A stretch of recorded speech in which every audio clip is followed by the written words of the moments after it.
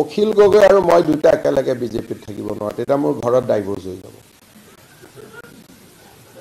সেইকাৰণে অখিল গগৈ বিজেপিত আহিলে মই ৰাজ্য দলত যাব লাগিব।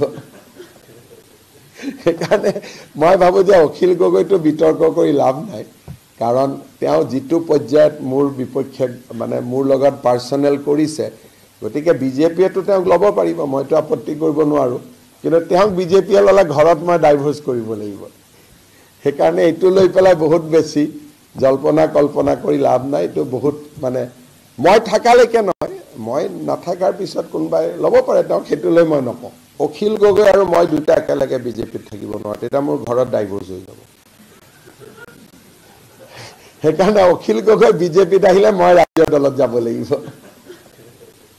সেইকাৰণে মই ভাবো যে অখিল গগৈটো বিতৰ্ক কৰি লাভ নাই, কাৰণ তেওঁ যিটো পৰ্যায়ত মোৰ বিপক্ষে মোৰ লগত পাৰ্চনেল কৰিছে, গতিকে বিজেপিয়েতো তেওঁক ল'ব পাৰিব, মইতো আপত্তি কৰিব নোৱাৰো, কিন্তু তেওঁক বিজেপিয়ে ল'লে ঘৰত মই ডাইভোৰ্চ কৰিব লাগিব। সেইকাৰণে এইটো লৈ পেলাই বহুত বেছি জল্পনা কল্পনা কৰি লাভ নাই। এইটো বহুত মই থাকালৈকে নহয়, মই নাথাকাৰ পিছত কোনোবাই ল'ব পাৰে তেওঁক, সেইটো লৈ মই নকওঁ। অখিল গগৈ আৰু মই দুটা একেলগে বিজেপিত থাকিব নোৱাৰো, তেতিয়া মোৰ ঘৰত ডাইভোৰ্চ হৈ যাব।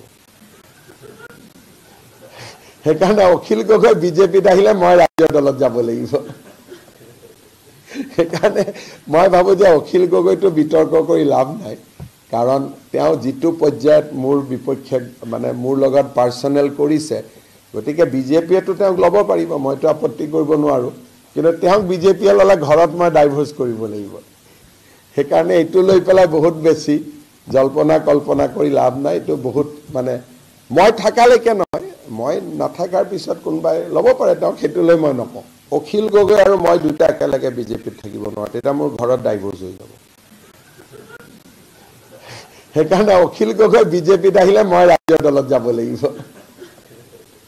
সেইকাৰণে মই ভাবো যে অখিল গগৈটো বিতৰ্ক কৰি লাভ নাই, কাৰণ তেওঁ যিটো পৰ্যায়ত মোৰ বিপক্ষে মোৰ লগত পাৰ্চনেল কৰিছে, গতিকে বিজেপিয়েতো তেওঁক ল'ব পাৰিব, মইতো আপত্তি কৰিব নোৱাৰো, কিন্তু তেওঁক বিজেপিয়ে ল'লে ঘৰত মই ডাইভোৰ্চ কৰিব লাগিব। সেইকাৰণে এইটো লৈ পেলাই বহুত বেছি জল্পনা কল্পনা কৰি লাভ নাই। এইটো বহুত মই থাকালৈকে নহয়, মই নাথাকাৰ পিছত কোনোবাই ল'ব পাৰে তেওঁক, সেইটো লৈ মই নকওঁ। অখিল গগৈ আৰু মই দুটা একেলগে বিজেপিত থাকিব নোৱাৰো, তেতিয়া মোৰ ঘৰত ডাইভোৰ্চ হৈ যাব। সেইকাৰণে অখিল গগৈ বিজেপিত আহিলে মই ৰাজ্য দলত যাব লাগিব। সেইকাৰণে মই ভাবো যে অখিল গগৈটো বিতৰ্ক কৰি লাভ নাই, কাৰণ তেওঁ যিটো পৰ্যায়ত মোৰ বিপক্ষে মোৰ লগত পাৰ্চনেল কৰিছে, গতিকে বিজেপিয়েতো তেওঁক ল'ব পাৰিব, মইতো আপত্তি কৰিব নোৱাৰো, কিন্তু তেওঁক বিজেপিয়ে ল'লে ঘৰত মই ডাইভোৰ্চ কৰিব লাগিব। সেইকাৰণে এইটো লৈ পেলাই বহুত বেছি জল্পনা কল্পনা কৰি লাভ নাই। এইটো বহুত মই থাকালৈকে নহয়, মই নাথাকাৰ পিছত কোনোবাই ল'ব পাৰে তেওঁক, সেইটো লৈ মই নকওঁ।